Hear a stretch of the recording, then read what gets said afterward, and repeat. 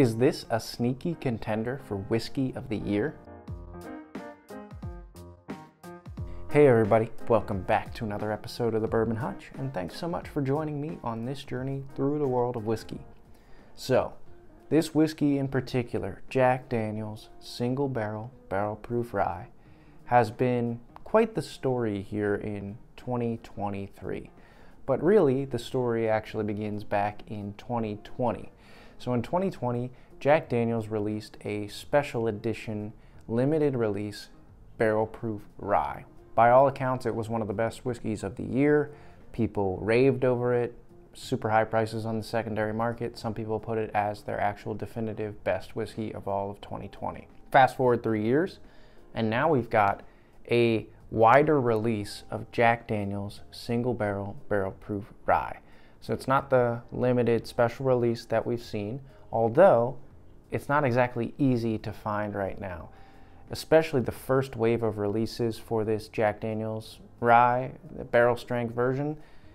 Early in 2023, about 5 months ago, this was really tough to find on shelves, and again, secondary prices were high. We're going to continue to see it kind of roll out though, and the plan is for this to be a regular offering from Jack Daniel's. Just like the Single Barrel Bourbon, which is at barrel strength as well, sits on shelves, to be honest with you. People pass it up, but I've got one that's 130.4 proof, and it is a beast of a bourbon. It's great, and usually is pretty available around $65 to $70. Same kind of story here with the rye. I got this for $65, which is MSRP right around there, so that's a great buy for something of this proof point. My particular barrel here, just to dive into some of the stats, is 128.5 proof. So admittedly, that's a little bit lower. I've heard a lot in that 135 to 136 range for a lot of the initial releases. Age, not age stated, but thought to be probably around 7 years old, and definitely, you know, more than 4 or 5 years old, because Jack Daniel's likes to do things right. So this is a very solid release, high proof point, good reviews, and hopefully we'll be hitting shelves more regularly. The question is though, how good is it?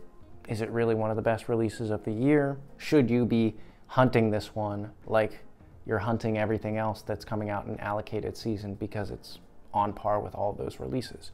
That's what we're going to dive into the review to find out. So hopefully that was a little informative session on how this all came to be. The mash bill here on Jack Daniel's rye is 70% rye, 18% corn, and 12% malted barley. So not sitting at that super high rye, but certainly more in that middle category. All right, let's dive in on the nose.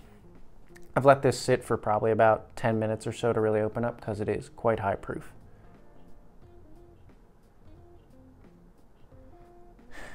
It's a fascinating nose with lots of layers.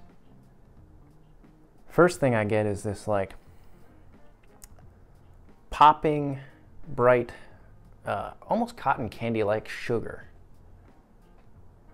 But then it's got like a butterscotch and oak note as well. Good amount of oak. Plenty of spice, both sweet and kind of savory spice, if that makes sense. So there's definitely like a sweet cinnamon kind of kick, but there's also this clove, green, peppercorn, fascinating savory note. I can't quite put my finger on it, but it gives you this sense of like a steak or a meat vibe.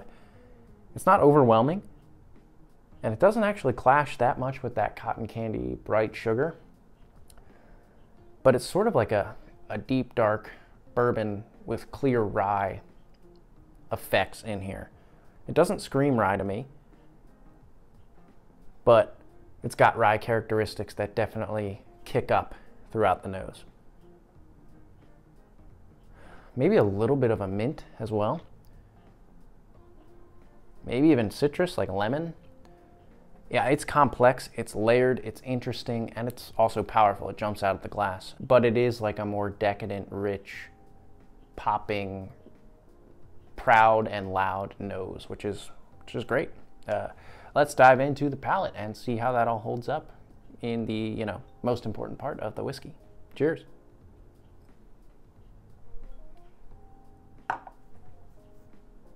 Whew, man, it's powerful.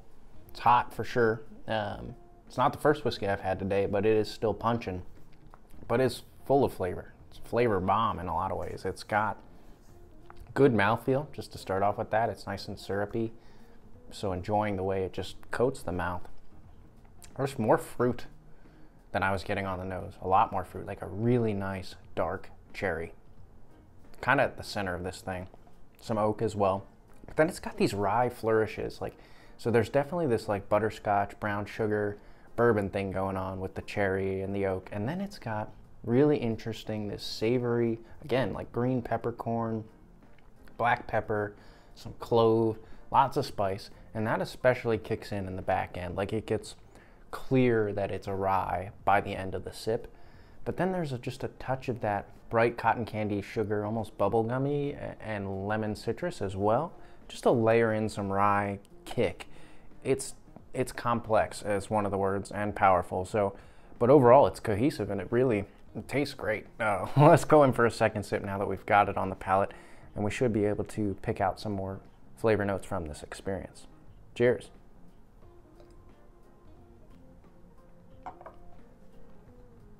Wow, man, that is a wild ride, and it is overwhelming the senses and my whole system here. It's really strong spice, especially on the back end. Again, it's this like cinnamon, got more cinnamon on this sip actually, so cinnamon and green peppercorn spiciness, even some minty freshness on the back end. And then, before you get to that point, you get all these like brown sugars and good amount of oak and a dark cherry as well. But there's ethanol too.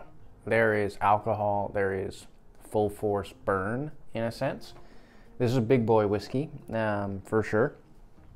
Or big gal whiskey if you're sipping as a gal. It's definitely powerful and borderline overwhelming at times. But the benefit of that is so many flavors and presented in full force. All right. Let's go in for a third sip. This is so interesting and so good. We'll really focus on the finish. Just before we do that, I do want to say, if you're enjoying all the content coming out of the channel, we'd love to have you aboard as a subscriber for the rest of 2023 and beyond. The goal now is to get to 2,000 subscribers by the end of 2023. I think it's a pretty achievable goal, but only if you hit that big subscribe button. And then while you're at it, hit that like button, gets it out to more people, and comment down below. Have you been able to taste this Jack Daniel's single barrel proof rye? What do you think? If you've tasted the 2020 special release, how does it compare to that? And then also, where does this fall in terms of your whiskeys of the year in 2023? All right, everybody, let's go in for one final sip and really evaluate that finish. Cheers.